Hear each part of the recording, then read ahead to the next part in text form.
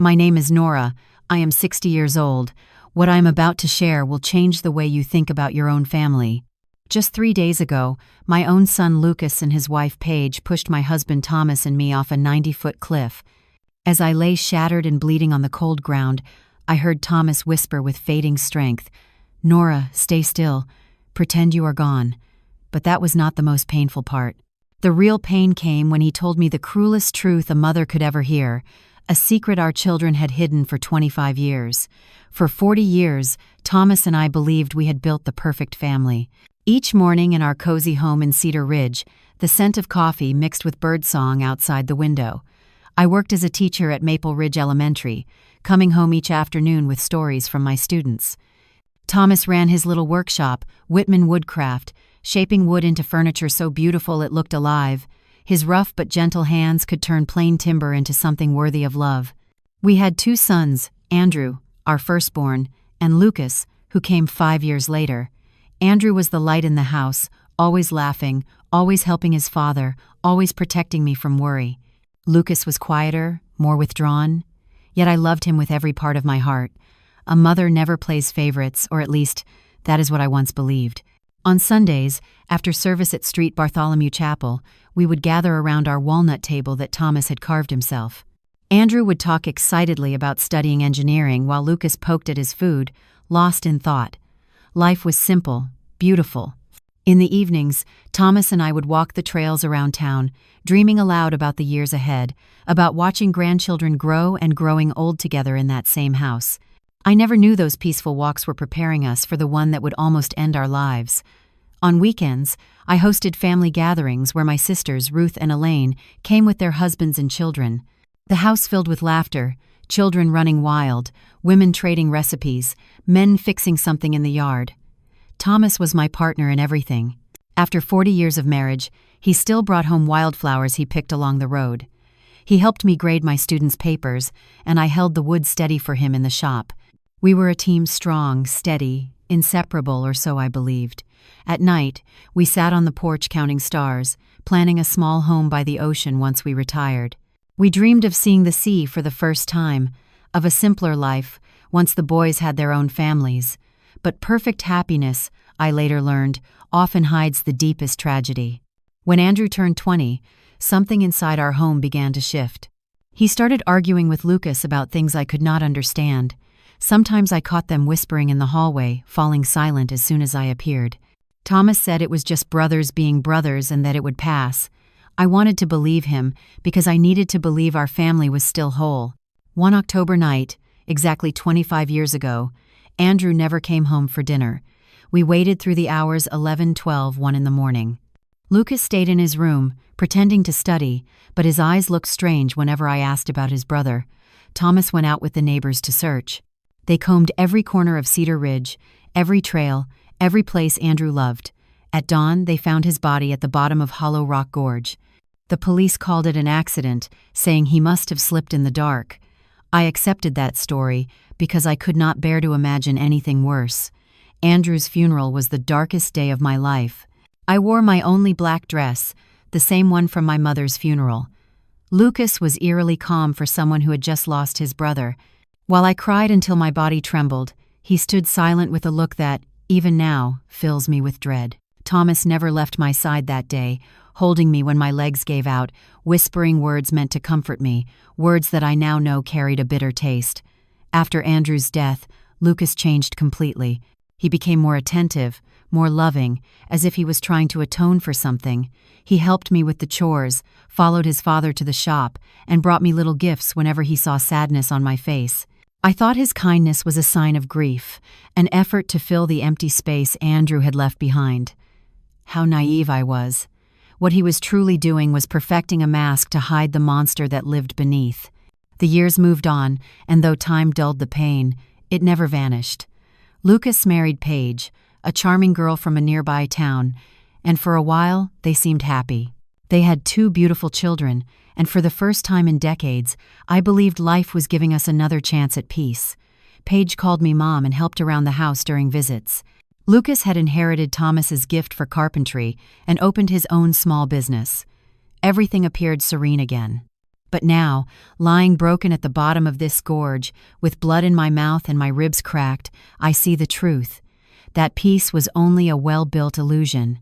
The first signs of trouble began 6 months ago, when Thomas and I decided to revise our estate plan. We had spent a lifetime saving, and between the house, the land from my parents, and our accounts, there was nearly $200,000 to pass on to our family. It was Lucas who suggested we see the lawyer. "Mom, Dad, you are 60 now," he said with that smile I now see for what it was.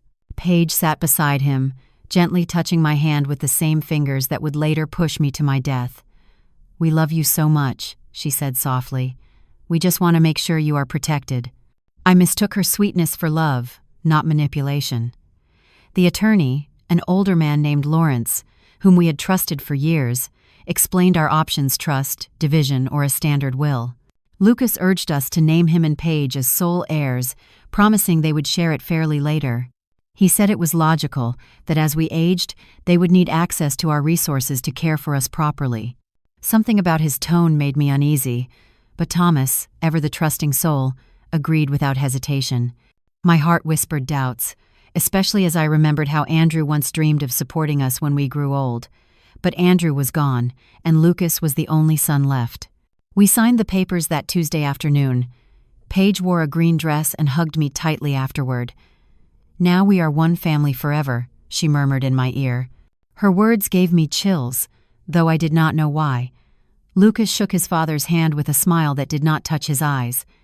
That evening, as I cooked dinner, I couldn't shake the feeling that I had made a grave mistake.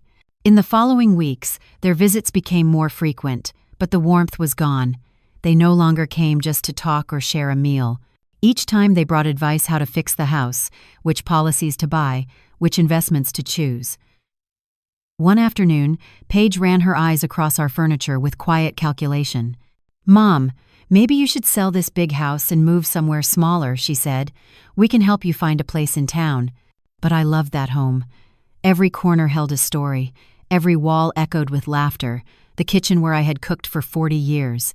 The workshop where Thomas created his art. The yard where our children once played. I could not imagine life anywhere else.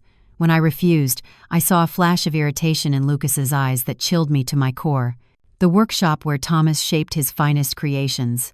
The yard where our sons and grandchildren once played. I could not imagine life anywhere else. When I told them that, I saw a flicker of irritation in Lucas's eyes that froze my blood.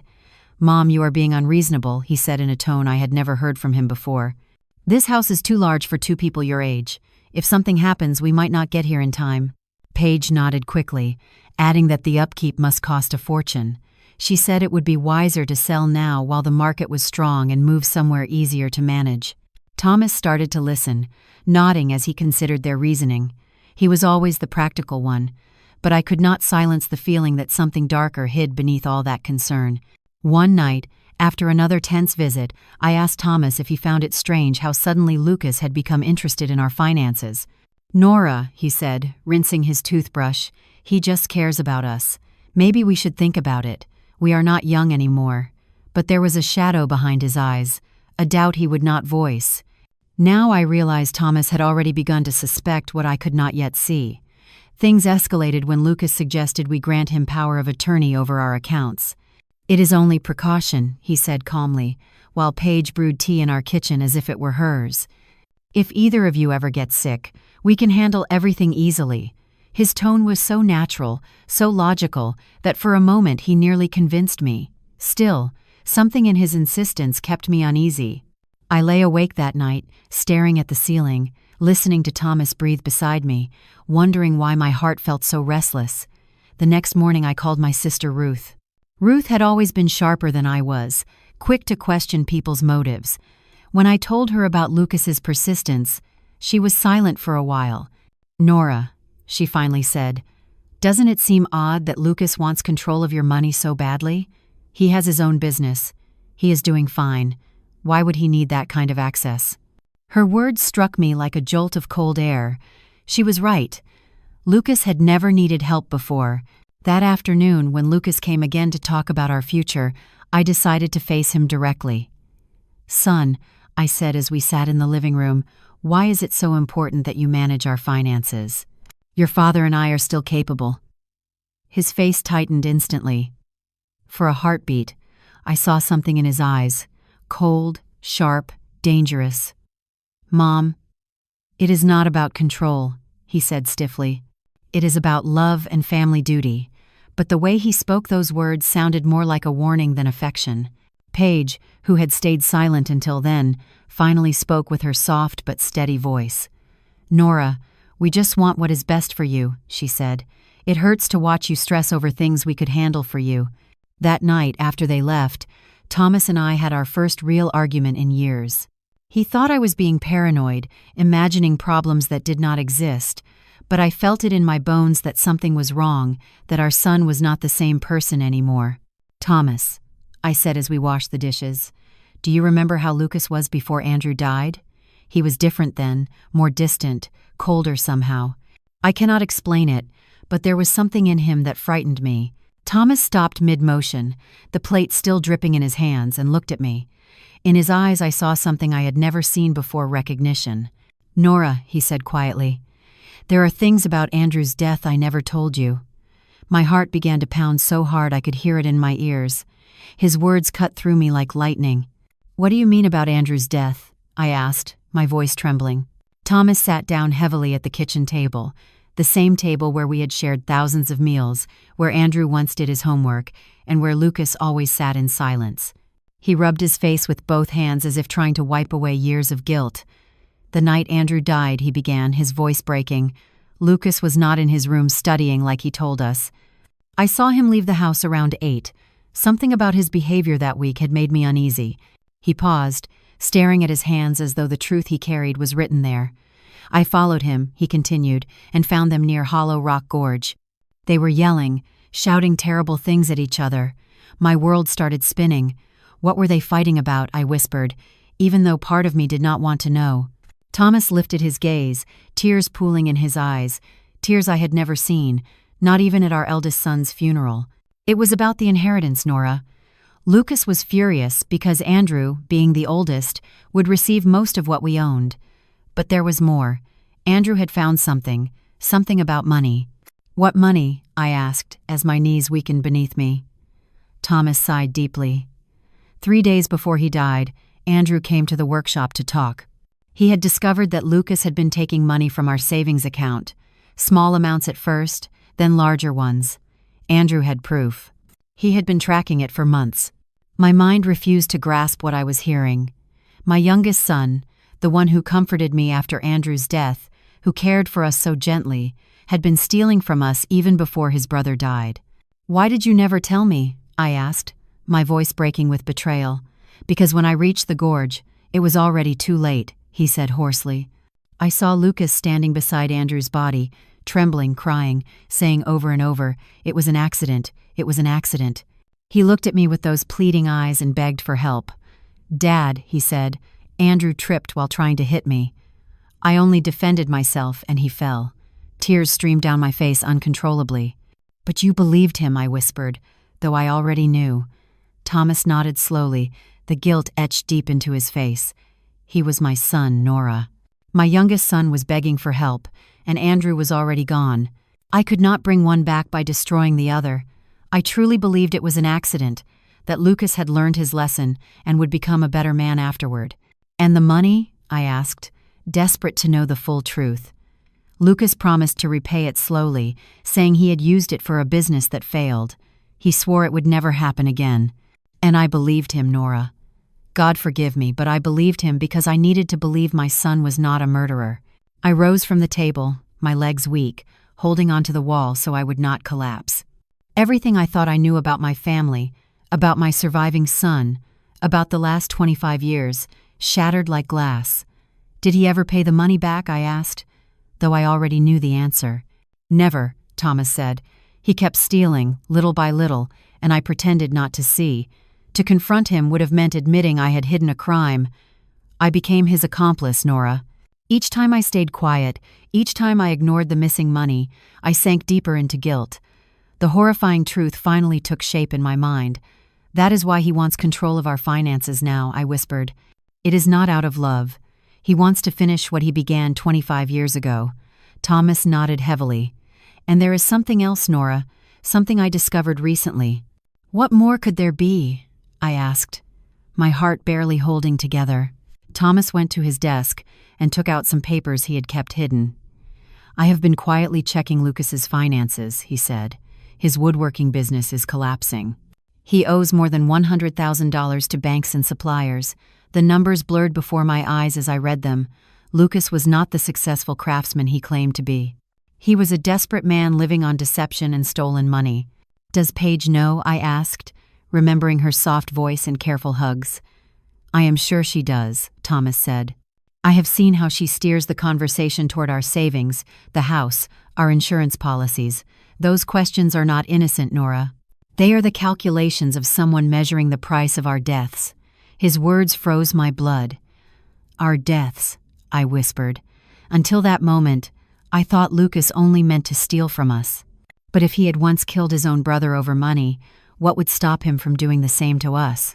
Thomas, I said, clutching his hands, we have to go to the police. We must tell them everything about Andrew and what is happening now. Thomas shook his head, his face full of despair. With what proof, Nora? I helped hide a murder. If I speak now, I go to prison too. And who will believe a 65-year-old man who has carried this secret for 25 years? He was right. So what do we do? I asked, my voice breaking. Do we wait for him to finish what he started? We will be careful, Thomas said, trying to sound braver than he felt. We will find a way to protect ourselves. We are going to find a way to protect ourselves, to gather proof, Thomas said. But his words were cut short by the ringing of the phone. It was Lucas. Hi, Mom, he said, in that soft voice that now sounded sinister to me. Paige and I were thinking, and we wanted to do something special for your 40th wedding anniversary. How about a trip to the mountains you always talk about? A weekend hike, some pictures, a beautiful family day. My blood froze. I looked at Thomas, who had heard every word, and his face mirrored my terror. That is a very thoughtful idea, son, I said with a trembling voice. But let us think about it and call you back tomorrow. When I hung up, Thomas and I sat in silence, realizing we had just received an invitation to our own execution. The mountains, I whispered. He is going to take us there to kill us and make it look like an accident. Thomas nodded grimly, just as he had 25 years ago at the gorge. That night we did not sleep. We held each other in the dark, whispering desperate plans to survive our own son. The next few days were a nightmare of pretending. We had to smile when Lucas and Paige visited, nod along as they spoke excitedly about the trip, act like we were looking forward to it. Every word they said felt like poison. Inside, every part of me screamed in fear. I was staring into the eyes of my eldest son's killers, and they were now plotting our deaths. Paige came by on Wednesday afternoon with a shopping bag and that radiant smile that now looked more like a mask from hell. Nora, dear, she said, wrapping her arms around me, the same arms that would soon push me into the abyss. I picked up supplies for our mountain adventure. Cookies, fruit, water, all we will need for the picnic. She showed me everything like an eager child, but I could only see how each item could hide a crime. I also brought my new camera, she added, taking out a sleek mirrorless one. I want to capture every moment of this special day. They will be memories we cherish forever. The irony made me sick. The only photo she planned to take was of our broken bodies at the bottom of some cliff. Lucas appeared behind her, holding a brand new hiking backpack. Dad, he said cheerfully to Thomas, I bought everything we need for a safe hike. Ropes, harnesses, lanterns, even a first aid kit. Every word was a cruel joke. Safety gear for the murders they had planned. The thought made me dizzy. Is it not a little risky for people our age? I asked, trying to sound casual, searching for an excuse to cancel. Paige touched my cheek gently, her false tenderness twisting my stomach. That is why we picked an easy trail, she said sweetly. It is safe enough for children, and of course Lucas and I will be there to take care of you both. Yes, I thought, they would take care of us until the moment they decided to end our lives. That night, after they finally left, Thomas and I sat trembling in the living room, not just from the chill but from the terror we had kept bottled inside for hours. We cannot go, I said, clutching his hands. We will think of an excuse. If we refuse, he said in a low voice, they will find another way to kill us. Maybe something that looks even more accidental, a fire, a robbery gone wrong. At least in the mountains, we will know what to expect. His words made sense, but they gave me no comfort. So what do you suggest? I asked, desperate for any plan that might keep us alive. Thomas stayed silent for a long moment, his brow furrowed. We will go, but we will be ready. I will hide my phone and set it to record everything that happens. If we survive, we will have proof. And if we do not, he said, his voice breaking, someone will know the truth. That Friday night, we barely touched our food. Each bite felt heavy, as if it were our last meal together in that kitchen full of memories. Thomas reread his will one last time, making sure Lucas would not easily inherit everything without suspicion. I wrote a letter, he said softly, pulling a sealed envelope from his desk. It is addressed to your sister Ruth. I explained everything about Andrew's death and what we think Lucas plans for us. I hid it among our important papers. If we do not come back, at least she will know where to find the truth. That night, we held each other tightly, whispering words of love that might be our last. If something happens to me, Thomas said, I want you to know that these 40 years with you have been the best of my life. Despite the mistakes and the secrets, I love you more than my own life. I cried quietly, memorizing the rhythm of his breathing, the warmth of his skin, the scent that had always felt like home. Saturday dawned clear and cruelly beautiful, the sunlight mocking our fear. Lucas arrived early, whistling a cheerful tune that chilled my blood. Morning, lovebirds, he called from the door. Ready for your adventure? Paige stood beside him, glowing like a bride on her wedding day, only this was a wedding with death. During breakfast, which we could hardly swallow, Lucas laid out the route.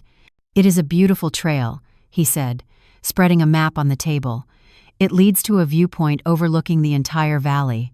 His eyes sparkled with a sinister joy. Of course, the view would be breathtaking, I thought. It would be the last one we ever saw. The trail has some steep parts, Paige added with a bright smile, but nothing you two cannot handle. Her words sounded like a cruel joke. We were 60 years old, barely able to manage a walk in the park. As we packed the car, I watched Lucas check his backpack carefully. Inside, I glimpsed ropes, a small shovel, and what looked like a flare gun. What is that for? I asked, trying to sound calm. For safety, he answered smoothly. If we get lost or something goes wrong, we can send a signal.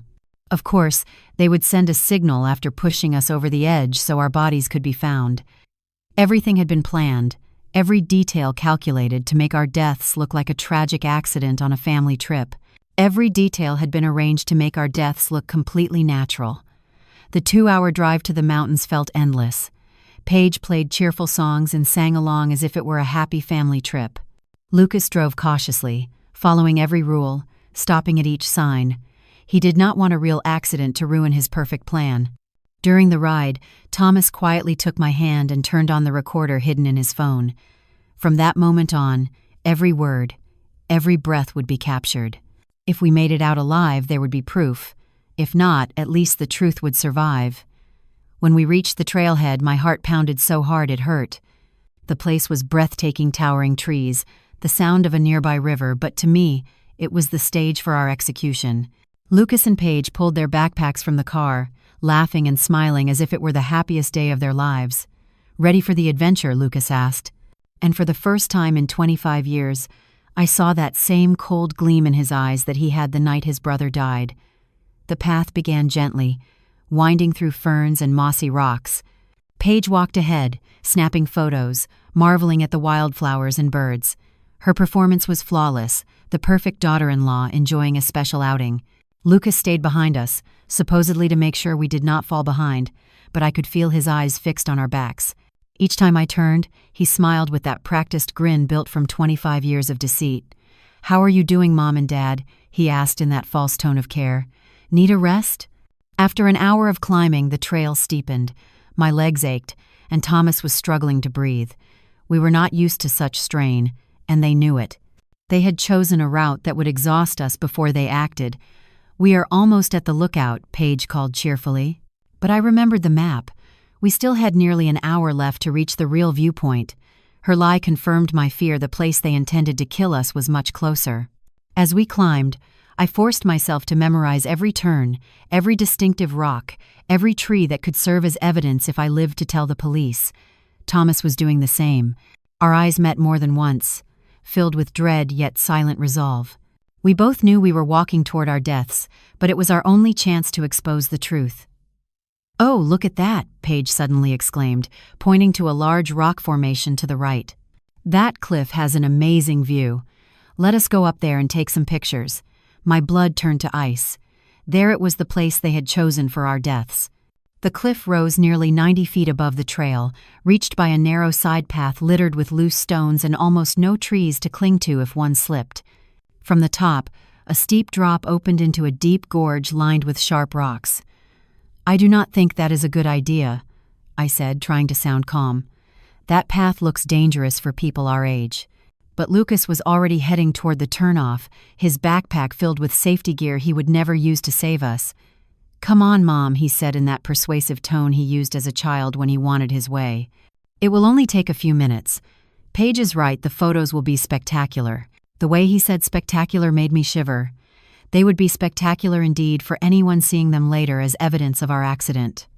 Thomas gave my hand a firm squeeze, a silent reminder that his phone was recording. We had to keep going. We needed the proof. If we refused now, they would simply find another place, another time, another way to kill us. The climb toward the cliff was grueling. The loose rocks slid beneath our shoes, and more than once I nearly fell. But what terrified me most was how perfect this place was for a murder. One slip would mean certain death, and no one would ever see it happen. Almost there, Paige called from above, moving with the ease of someone who had planned every step. Lucas followed, then turned to help us up the final stretch. His grip on my arms felt like the talons of a vulture. The view from the top was stunning. From there, you could see the valley, the faraway mountains, and the silver river below. In any other moment, it would have been breathtaking. Now it felt like standing at the edge of a nightmare. "Come over here for pictures," Paige called, positioning herself near the edge. "I want the valley in the background." Thomas and I moved forward slowly, each step pulling us closer to the end. I saw Lucas moving behind us, gauging distance, measuring angles. "Perfect," Paige said, lifting her camera. "Now, hold each other and smile." Thomas and I embraced, maybe for the last time, as she snapped photo after photo. Each flash felt like lightning warning of an approaching storm. "Take one more," Lucas said, stepping closer. "But move back a little so the scenery looks better." One step back would put us right on the edge. Thomas and I exchanged a knowing look. The moment had arrived. We stepped back as told, feeling the ground slip away, nothing but empty air behind us. Paige lifted her camera again, but this time her eyes had changed. There was no need to pretend anymore. The mask had fallen. "Smile," she said in a cold, hollow voice. "This will be your last picture." At that instant, Lucas lunged forward, arms outstretched to push us. The plan was simple: make it look like a fall, take photos, report an accident. But Thomas was ready. In one swift motion, he grabbed Lucas by the wrist and yanked him forward. "If we are going to die, you are coming with us," he roared, a fury in his voice I had never heard before. For a brief, frozen second, the four of us balanced on the edge of the cliff, locked together in a terrible dance between life and death. Paige screamed and tried to pull Lucas back, but the weight of all four of us was too much. I felt the ground crumble beneath my feet, felt gravity take hold. Then we fell together, tangled in a deadly embrace, our screams swallowed by the wind as the jagged rocks rushed up to meet us. In those endless seconds, I thought of Andrew, how he must have felt when Lucas sent him into the gorge 25 years ago. The impact was brutal, a sickening crack of bones, the sound of my own body breaking. The pain was beyond words. Blood filled my mouth, and the copper taste told me what my mind refused to accept. This time, Lucas had won. There would be no witnesses, no one to tell the truth. But then I heard Thomas's voice, faint yet firm. "Nora, stay still, play dead," and I realized with shock that I was still alive. The pain was unbearable, searing through every inch of me, but I obeyed his voice as if it came from heaven itself. Blood ran down my face, and my clothes clung to me, soaked and sticky. Still, I forced myself to remain motionless, even controlling my breathing until it was invisible. A few feet away, I could hear the groans of Lucas and Paige. They had survived too, but their pain sounded far worse.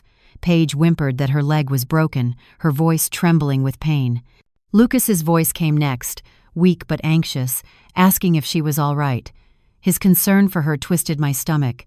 How could a man who murdered his brother and tried to kill his parents still be capable of tenderness? Paige moaned again. "It hurts so much, Lucas. And what about the old folks?" Her words stung worse than the wounds. We had never been family to her, just obstacles in the way of her greed. I heard movement, the sound of Lucas dragging himself toward us. My heart pounded so hard I was sure he would hear it. "They are dead," he finally said after what felt like hours. Both of them, eyes open, not breathing. His lie filled me with a fragile spark of hope. If he believed we were dead, maybe we had a chance. "Perfect," Paige whispered, her tone dripping with cold satisfaction. "It worked just like we planned except for the part where we fell too." She let out a bitter laugh. "At least we no longer have to pretend we love them." Their voices faded slowly as they crawled away, planning their next lie. I listened, holding my breath, as Lucas repeated the story they would tell that Thomas slipped, tried to grab me, and dragged them both down. Paige added her lines, rehearsed to perfection, painting them as the devastated survivors of a tragic family accident. If I had not lived it, I might have believed her. When their voices finally disappeared, silence fell over the gorge. Then I heard Thomas whisper my name, so soft it was almost part of the wind. "Nora, are you alive?" he breathed. "Yes," I whispered back, barely able to form words. "I am hurt but alive. My leg is broken," he said, his voice tight with pain, "and I think a few ribs too." "What about you?" I asked, forcing myself to take stock of my body. A sharp pain shot through my right arm, my head throbbed like a drum, and my shoulder felt wrong, twisted somehow. But I was alive, and that was more than I had dared to hope for. "We are hurt, but alive," I whispered. "It works, but there is no signal down here." That was the most terrifying part. We were breathing, yes, but trapped at the bottom of a gorge, injured, cut off from the world. If no one came looking, we would die slowly of hunger, of thirst, of our wounds. "Thomas," I said softly, "before it is too late, tell me everything. The truth about what really happened to Andrew." He exhaled deeply, as if he had been waiting a quarter of a century to speak those words. That night he began, his voice trembling. "Andrew came to me in the workshop. He was furious, holding papers, bank statements.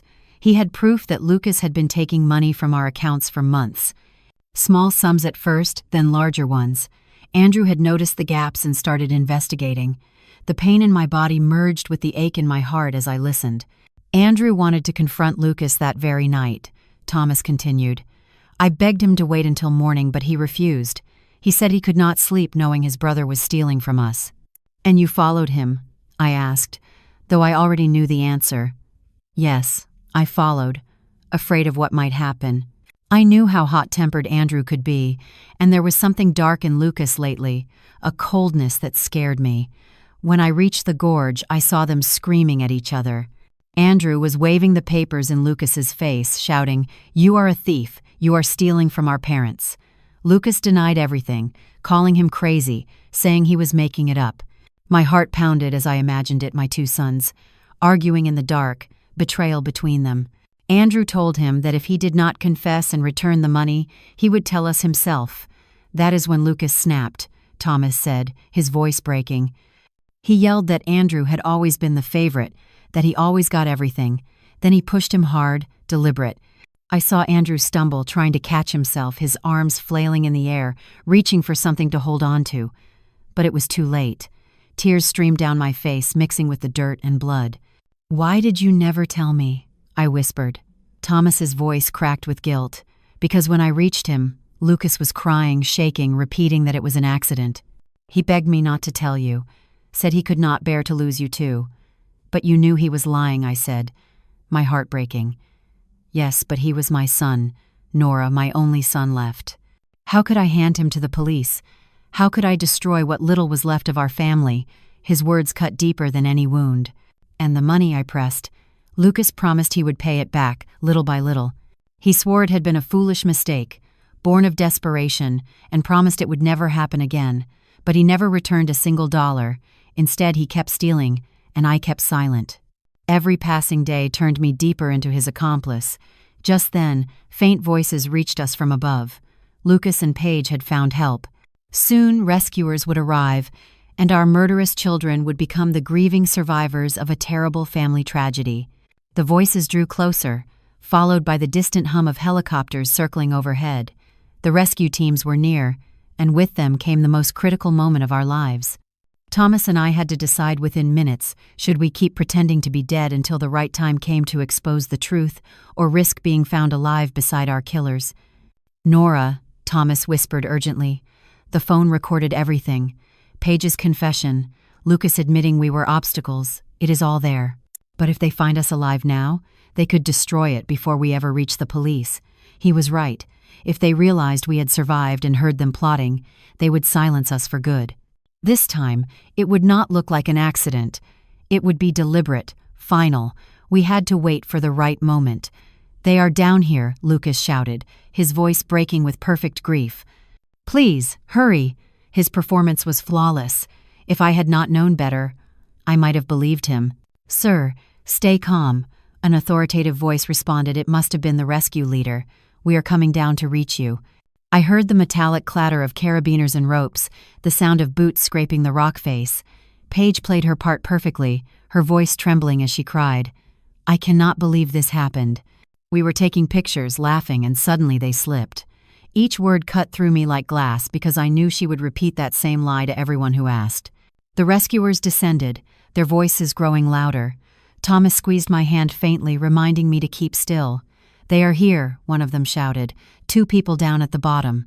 A man approached, checking for signs of life. I kept my eyes closed, barely breathing. His fingers searched for a pulse along my neck, his ear hovering near my mouth. "This one still has a weak pulse," he said about Thomas. "The woman, I am not sure. Get the medical team down here, now." My heart pounded.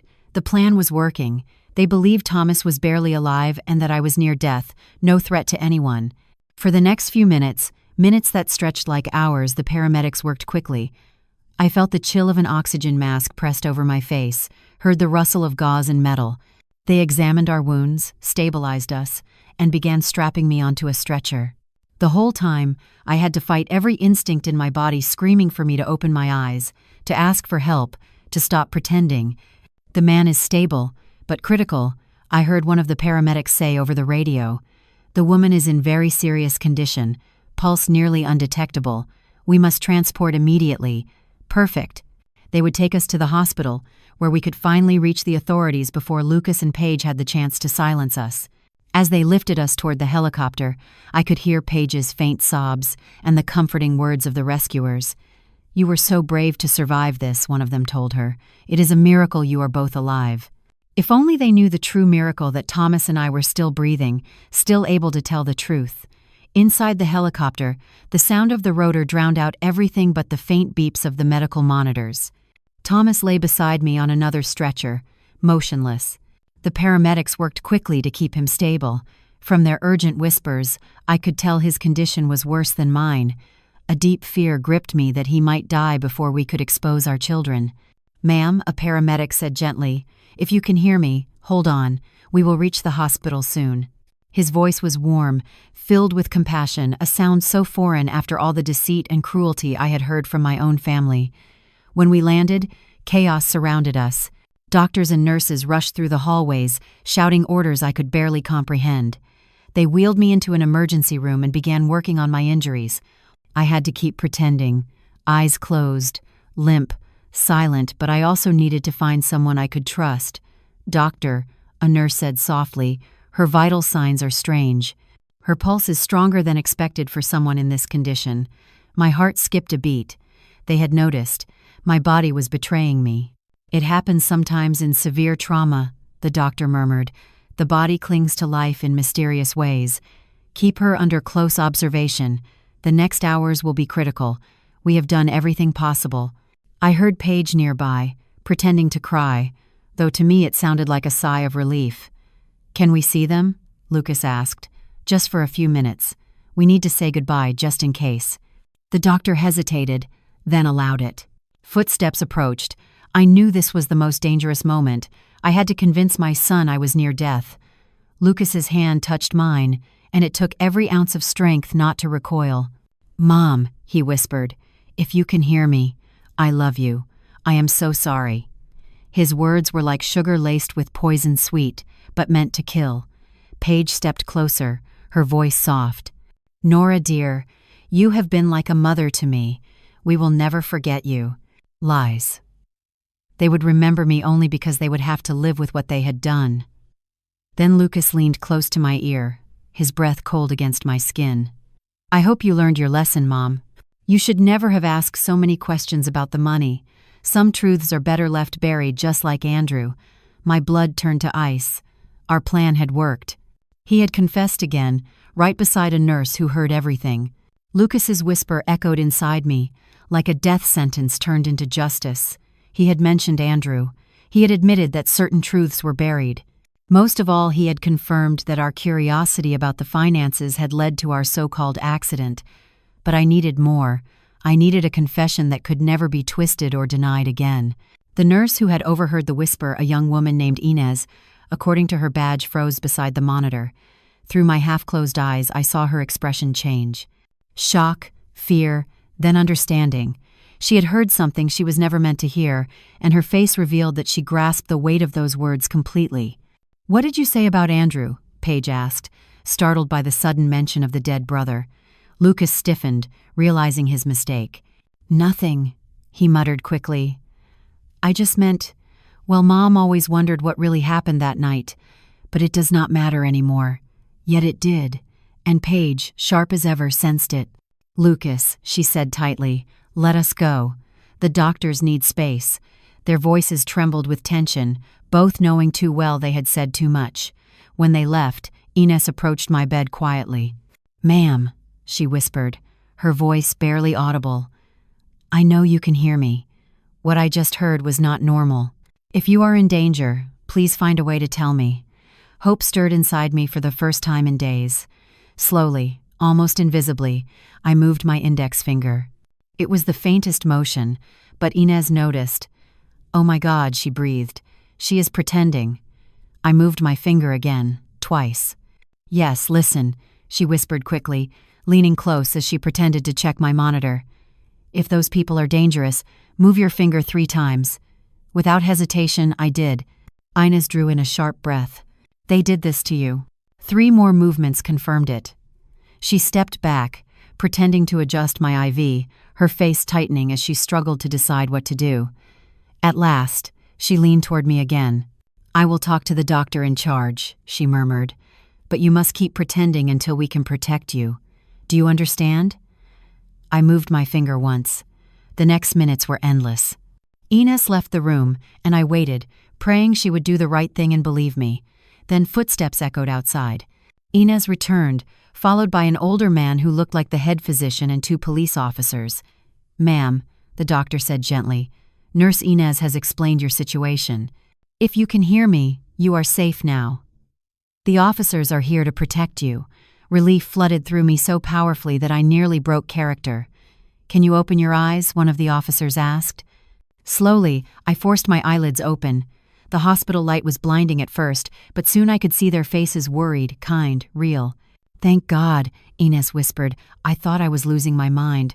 "Ma'am," said the police officer, a serious middle-aged man, "my name is Detective Johnson. We understand you may be in grave danger. Can you tell us what really happened on that mountain?" My voice came out hoarse, trembling from hours of silence. "My son," I whispered. "My son and his wife pushed us." The next few hours blurred into chaos, statements, recordings, and truths finally breaking free after 25 years of lies.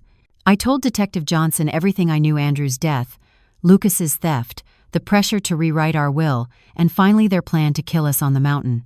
But the most important detail was the recording on Thomas's phone. "Your husband recorded evidence?" the detective asked, his tone sharpening with interest. "Yes," I whispered. "Everything is on that phone, the confessions, the plotting, all of it." Johnson immediately went to Thomas's room. My husband had regained consciousness an hour earlier, and when told the situation, he handed over the phone without hesitation. "Here is everything," he said weakly but with resolve. 2 years of lies, and the truth about today. While the technicians analyzed the file, Lucas and Paige waited calmly downstairs, still performing as grieving relatives. They had no idea their performance was about to end. "The recording is clear," the detective said an hour later. "We have direct admissions about Andrew's murder, evidence of embezzlement, and proof of premeditated attempted homicide. It is more than enough to arrest them." "Are you going to arrest them here?" I asked, suddenly afraid. "If they find out we are alive and speaking," Johnson nodded, understanding. "We already have officers positioned. As soon as the warrant is signed, they are done. Until then, you both remain under full protection." The irony of it all struck me.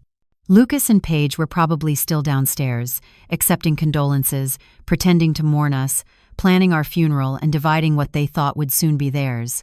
They had no idea that upstairs, their world of lies was crumbling. "There is something else," the detective added, pulling out a folder. "After hearing your story, we examined your son's finances. He is not only bankrupt, as you suspected, but he owes a great deal to some dangerous individuals, loan sharks who do not forgive delays." My stomach turned cold. "You mean we were not just inconvenient to him?" I asked quietly. "Exactly," Johnson replied. "You were his only way out. With your estate, he could clear his debts and start over. Without it, he would likely be dead within weeks." That revelation deepened the wound. We were never just obstacles. We were his only chance at survival. Our deaths were not simply useful, they were necessary to save him. "And what about the children?" I asked, thinking of their innocent faces. "Social services will assume temporary custody," Johnson answered softly. "Once you recover, you may apply to raise them yourselves." The thought was overwhelming, raising the children of the 2 people who tried to kill us. Yet it was also a way to bring light out of darkness. They were innocent. They deserved a home built on love, not lies. "It is time," the detective said when an officer entered with signed documents. "The warrants are ready." Through the window overlooking the parking lot, I saw officers taking position quietly. The moment I had been waiting for 25 years had come. Lucas Black and Paige Black, the commanding officer's voice rang out firmly. "You are under arrest for the murder of Andrew Black and the attempted murder of Nora and Thomas Black." The silence that followed was absolute. Then Paige's voice broke through in hysterics. "What are you saying?" "We are the victims here. Our parents-in-law died in an accident." "Ma'am," the officer replied calmly, "your in-laws are alive, and they have provided full evidence of your crimes." There was another pause, then Lucas's desperate scream. "That is impossible. We saw them die. They were dead." His words were caught on the police recorder, sealing his fate. Through the radio, I heard Paige turn against him in panic. It was all his idea. I did not want to do any of this. He forced me, and Lucas shouted back, "You were the one who suggested the cliff. You planned everything." In minutes, their alliance disintegrated. Years of deception collapsed as they fought to save themselves. Detective Johnson returned to my room an hour later, his face reflecting both relief and sorrow. "They are in custody," he told me. "They are blaming each other, which only strengthens your case, but there is something else you need to know." "What now?" I asked, though my heart could hardly bear more. "During the arrest, we found this in your son's backpack," he said, holding up a small digital recorder. "Apparently, he had been recording conversations with you and your husband for weeks, likely trying to confirm if you suspected him." My blood turned cold. "What does that mean?" I whispered. The detective sighed.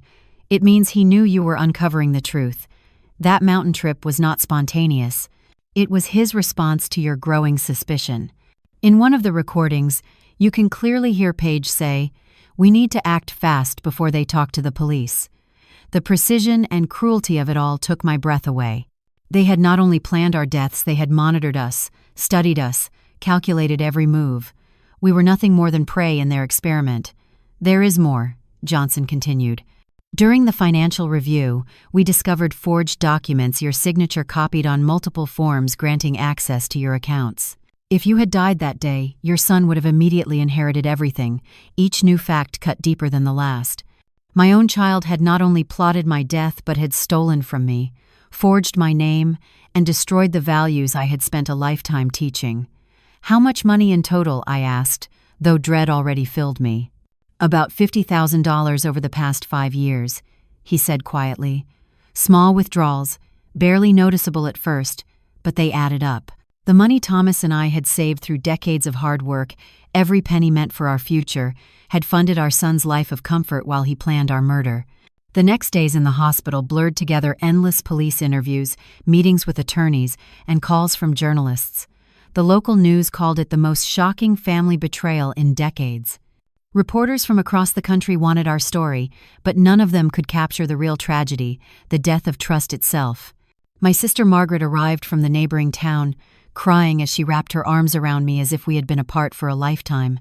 "Nora," she kept repeating, "I always knew there was something off about Lucas after Andrew's death, but I never imagined he could do something like this." Her words brought me a strange kind of comfort. They reminded me that my instincts as a mother had not been entirely wrong. "And the children?" I asked, my voice trembling as I thought of my grandchildren now under social services care. "I saw them yesterday," Margaret said softly. "They are confused, asking when their parents are coming home. They are too young to understand any of this." Her words broke my heart all over again. Those little ones had lost everything without even knowing why. Our lawyer, the same Mr. Albert who had once helped us with our will, came to visit with an update on the case. "It is solid," he said with quiet confidence. "With the recordings, the confessions, and the financial documents, their chances of avoiding conviction are minimal." But then his tone changed. "However," he added, "they are trying to negotiate a plea for a lesser charge, claiming it was a crime of passion, not premeditation." "A crime of passion," I repeated, feeling my anger rise. "They plotted for weeks, bought gear, and selected the perfect place. How could that be impulsive?" Albert nodded. "I know, and the evidence of planning is strong, but their lawyers will argue that financial desperation clouded their judgment." Hearing that made my blood boil. They had murdered Andrew. They had nearly murdered us. They had stolen from us for years. And now, they wanted to be seen as victims of circumstance. "What can we do to make sure they face real justice?" I asked. "Testify," Albert said simply. "Your words, combined with the evidence, will help the jury see their true intent. But it will be painful," he warned.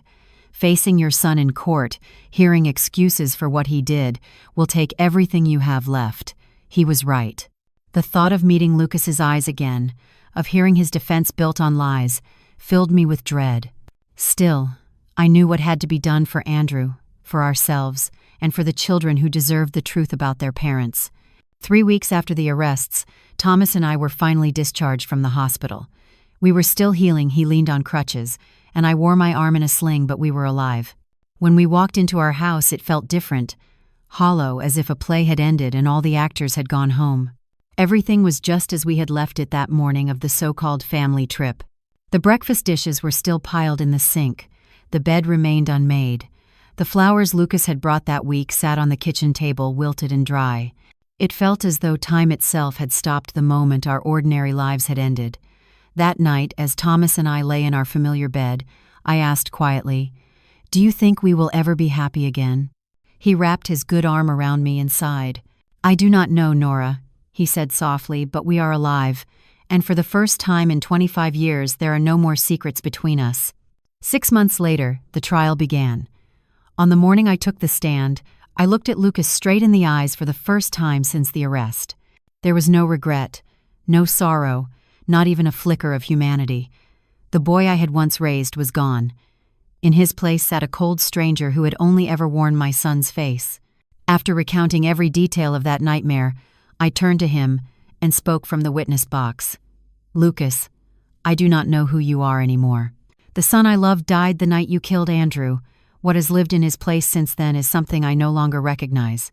The jury deliberated for 3 long days before returning with their verdict. Lucas was found guilty of first-degree murder for Andrew's death and first-degree attempted murder for what he did to us. Paige received the same sentence as an accomplice. Both were condemned to life imprisonment without the chance of parole. 1 year has passed since that day. Thomas and I are now in the process of adopting our grandchildren. They are innocent, beautiful children who deserve a future built on real love, not manipulation or deceit. Each night, when I tuck them into bed, I tell them about their Uncle Andrew, the brother they never had the chance to meet. I tell them about his kindness, his honesty, and his dream of living a life guided by integrity and compassion. I want them to grow up knowing that goodness can survive even in the shadow of terrible betrayal.